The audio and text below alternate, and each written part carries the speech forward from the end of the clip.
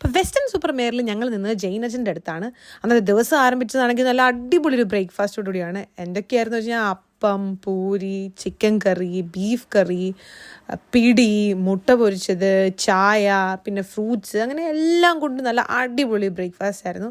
ഞങ്ങളെല്ലാവരും നല്ല വയറ് നിറച്ചതിന് കഴിച്ചു. നല്ല ടേസ്റ്റ് ഉണ്ടായിരുന്നു കേട്ടോ. താങ്ക് യു ജെയിനച്ചൻ. ഞങ്ങൾ ഇനി വരുന്നതായിരിക്കും. അവിടുന്ന് നമ്മൾ നേരെ വിട്ടത് ചെഡാർ എന്ന് പറഞ്ഞൊരു വില്ലേജിലേക്കാണ്. പേര് കേൾക്കുന്ന പോലെ തന്നെ ചെഡാർ ചീസിന്റെ ഒറിജിൻ ഇവിടെ നിന്നാണെന്നാണ് വിശ്വസിക്കുന്നത്. ഏകദേശം 12th century മുതൽ ഇവിടെ ചെഡാർ ചീസ് പ്രൊഡ്യൂസ് ചെയ്ത് തുടങ്ങിയതാണ്. പിന്നെ ഈ കാണുന്നതെല്ലാം ലൈം സ്റ്റോൺസ് ആണ്. അതുപോലെ തന്നെ പണ്ട് കാലത്ത് ഈ ചീസൊക്കെ ഉണ്ടാക്കിയിട്ട് തണുപ്പിക്കാനായിട്ട് ഇതുപോലത്തെ ഗുഹകൾക്കുള്ളിലായിരുന്നു സൂക്ഷിച്ചിരുന്നെന്നാണ് പറയുന്നത്.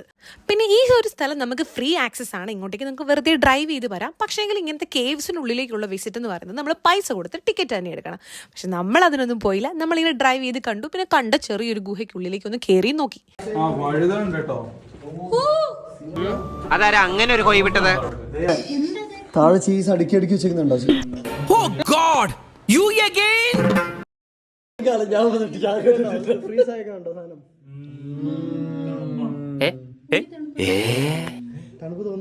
അവിടെ നിങ്ങൾ ഇറങ്ങിയിട്ട് നേരെ വിട്ടത് വെസ്റ്റേൺ സൂപ്പർ മേയറിലെ തന്നെ ക്യൂ സ്റ്റോക്ക് എന്ന് പറഞ്ഞൊരു സ്ഥലത്തേക്കാണ്.